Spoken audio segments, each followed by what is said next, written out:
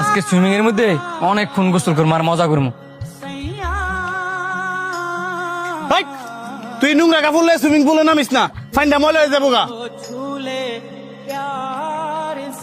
আমি যদি আগে জানতাম তুই আর লগ করে কক্সবাজার নিয়ে আইবি, তাহলে আমি কক্সি এলাম হইলে না। নিয়ে আইসস বেশ ভালো কথা, মাইনা নিলাম। জেনে যাস এনি লয়ে যাস, এটাও মাইনা নিলাম।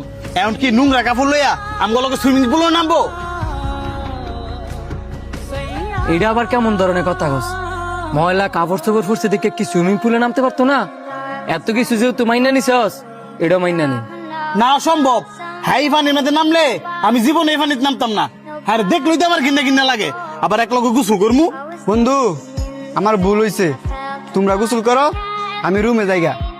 আসলে আমি এই জায়গার যোগ্য না। তুই হারো দেখছানি, তুই আজকে কটা টিয়ার অহংকারে অন্ধ হয়ে গেছিস গা। তুই সুইমিং পুলের গভীরতা মাপতে পারবি, কিন্তু তুই যে তার মনে কষ্ট দিছস, ওই কষ্টের গভীরতা কিন্তু মাপতে পারবি না। আমি কোনো কিছু ভুল বলি নাই, যার যোগ্যতা যেন সে সেই জায়গায় থাকবো। কিসের যোগ্যতা?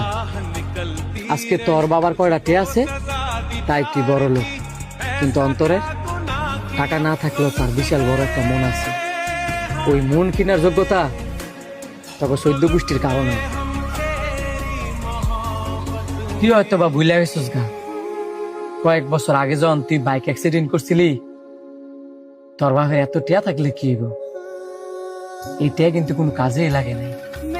এই অন্তর গভীর রাখতে গিয়া তোর রক্ত দিয়েছি। এর কাপড় নোংরা হইতে পারে, এর শরীর নোংরা হইতে পারে, কিন্তু তোরে যে রক্ত দিছে, ওই রক্ত কিন্তু নোংরা না।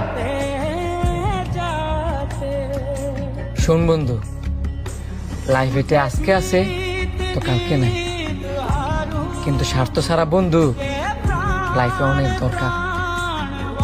স্বার্থ ছাড়া বন্ধু যদি একবার জীবন থেকে হারায় যায়, কোটি কোটি টিয়া দিও হয়তি না। তুই সুইমিং করলে করবি, না করলে নেই। আমি অন্তরে ছাড়া সুইমিং করতাম না। আসলে বন্ধু, আমি টিয়ার অহংকারে অন্ধ হয়ে গেছিলাম গা। তুই আমার কথা কিছু মনে করিস না। তুই যদি 2 দিন আমার রক্ত দিয়া না বাঁচাইতি,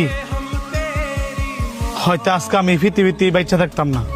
এই বুকা, তুই এইসব কি কস? আমি তো মাত্র একটা উচিল্লা, বাসানি মালিক তো আল্লাহ। হাই, আমরা